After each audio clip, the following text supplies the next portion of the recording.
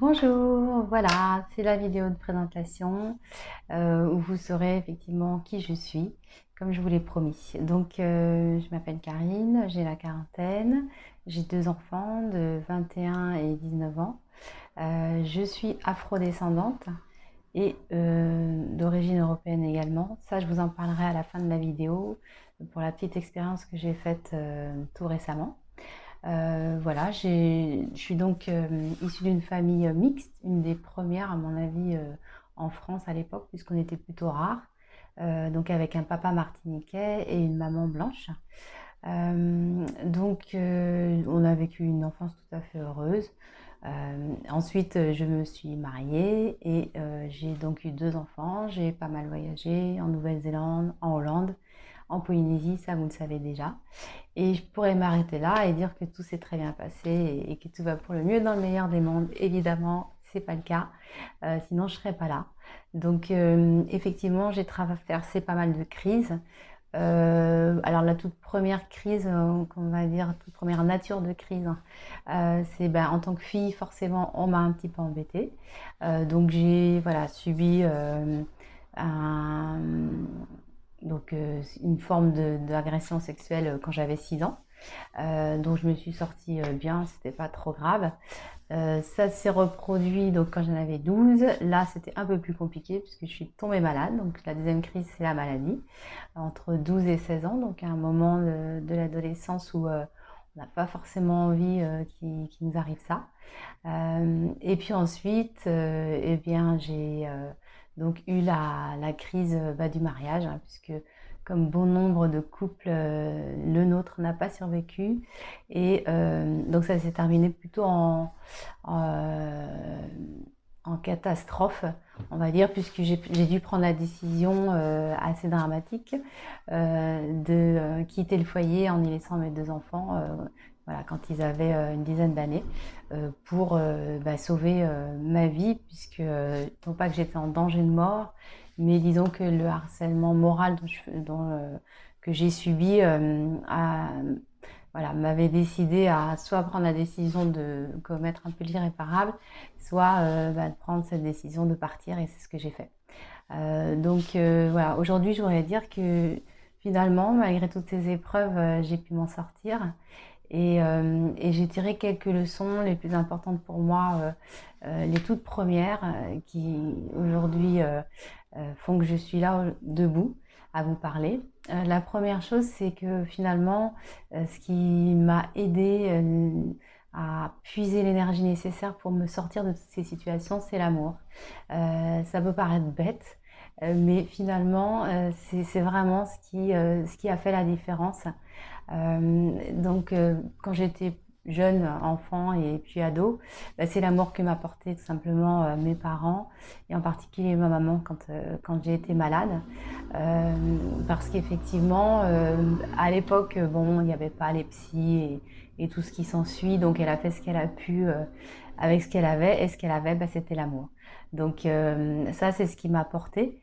Ensuite, quand plus tard j'ai dû effectivement prendre la décision de quitter mes enfants momentanément, puisque je savais que j'allais les retrouver, ce qui m'a porté également, c'était ça, c'était l'amour que je leur portais cette fois-ci, puisque je me suis dit qu'il valait mieux que je parte et que je me reconstruise moralement pour être une maman sereine auprès d'eux, plutôt que de continuer comme je continuais et effectivement d'être de plus en plus malheureuse et peut-être de commettre l'irréparable un jour. Donc c'est effectivement l'amour que je porte que je porte toujours forcément à mes enfants qui m'a permis de trouver cette énergie pour prendre la décision de partir. Ensuite, effectivement, une chose hyper cruciale que j'ai découverte et que j'ai apprise à ce moment-là, au cours de ces expériences, c'est que finalement, à partir du moment où j'ai été maîtresse de ma vie, j'ai pu tout changer. C'est-à-dire, quand j'ai eu l'âge de 16 ans et qu'on a fait le bilan de l'état dans lequel j'étais, qui n'était pas stabilisé, on m'a demandé de prendre une décision. Et effectivement, à ce moment-là, j'ai pris une décision drastique qui allait un petit peu à l'encontre de ce qui était préconisé, puisqu'on me demandait de réessayer un traitement. J'ai décidé voilà, de faire une opération chirurgicale. Et, euh, et finalement, c'est ça qui m'a permis de sortir du cycle infernal dans lequel je me trouvais, parce que j'avais un problème de déséquilibre hormonal qu'on n'arrivait pas à solutionner. Et à partir du moment où j'ai pris cette décision de faire une opération chirurgicale, je savais quelles en étaient les conséquences, mais j'étais persuadée qu'effectivement, on allait pouvoir réussir à rééquilibrer les choses. Et c'est ce qui s'est passé. Quand ensuite, euh, j'ai effectivement eu ce choix à faire pour le futur et pour ma vie au niveau de mon couple. Là encore, c'est la prise de décision de changer tout, de quitter le foyer et voilà, d'interrompre le cycle infernal. C'est cette décision-là qui m'a permis de changer ma vie et d'être aujourd'hui heureuse, d'avoir complètement tout changé, de me sentir libre et de me sentir sereine dans la vie que je vis. Et tout ça, finalement, m'a permis de comprendre aussi que chacune d'entre nous a potentiellement en elle toutes les ressources nécessaires pour prendre des décisions à tous les moments cruciaux de sa vie. Et ça, c'est quelque chose qu'il faut que dont il faut que chacune se rappelle à chaque fois. C'est que elle est seule décisionnaire de sa vie et elle a toutes les ressources pour s'en sortir. Tu es la maîtresse de ta vie et tu as toutes les ressources pour t'en sortir aujourd'hui si tu es dans une impasse, si tu te sens dans une impasse. Euh, voilà, il faut que tu restes consciente que tu as tout le pouvoir en toi pour changer les choses. Donc voilà, toujours garder espoir. Ça, c'est quelque chose que je voulais vous montrer aujourd'hui. C'est ça l'objet de mes vidéos finalement, c'est de vous donner des petites clés ici et là sur des sujets variés pour vous aider à comprendre que c'est à vous d'abord de changer la vision que vous avez de vous-même, de vous aimer plus, de prendre des décisions quand il le faut. Et ensuite, vous verrez, tout va changer. Tout va changer. Alors moi, j'ai mes expériences, je les partagerai avec vous. Je vous donnerai mes outils pour avancer. Mais je suis certaine qu'il y en a parmi vous qui regardez ces vidéos et qui avaient vécu des choses aussi difficiles. Euh, voilà, que vous avez su surpasser avec vos outils. Et donc moi j'aimerais beaucoup qu'on puisse partager ces expériences de votre côté.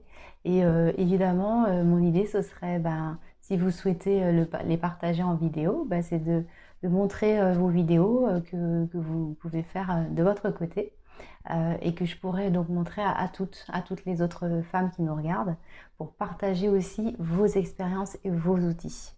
Voilà, donc surtout, je vous invite à mettre dans les commentaires vos histoires si vous voulez les partager. Et puis ensuite, on pourra être en contact pour que vous puissiez faire votre vidéo et me la transmettre. Voilà. Donc j'attends beaucoup vos commentaires en bas de cette page. Si vous voulez vous abonner, n'hésitez pas, vous savez comment faire. Ensuite, je vous l'ai dit en début de vidéo, j'ai fait une expérience particulière. Comme je vous l'ai dit, je suis afrodescendante, c'est-à-dire descendante d'un papa d'origine africaine, de par ses ancêtres esclaves. Et du coup, comme on ne sait jamais finalement d'où on vient, puisque les esclaves, à leur arrivée aux Antilles, étaient donc privés de leur identité, on leur redonnait un nom. Et du coup, la mémoire de leur histoire, de leurs ancêtres a disparu. Et aujourd'hui, on ne peut pas être certain finalement de quel pays d'Afrique on a pu être exporté, déporté. Donc moi j'ai toujours entendu parler du Bénin et en fait, voilà, je voulais simplement avoir la certitude de ses origines. Donc j'ai fait un test ADN, alors c'est MyHeritage, que j'ai sollicité parce qu'il m'a semblé être le meilleur pourvoyeur de service avec une bonne expérience. C'était tout simple, j'ai reçu le test en une semaine. C'était composé de 2 cotons-tiges qu'il fallait frotter, donc chacun sur une joue. Ensuite, il fallait les placer dans des tubes à essai et les renvoyer aux États-Unis. Donc, eux venaient de Hollande et il fallait les envoyer aux États-Unis. Et 3 semaines plus tard, j'ai reçu les résultats du test. Et là, alors ça a été grandiose. Je vous laisse regarder. Et je vous dis à très bientôt. Merci.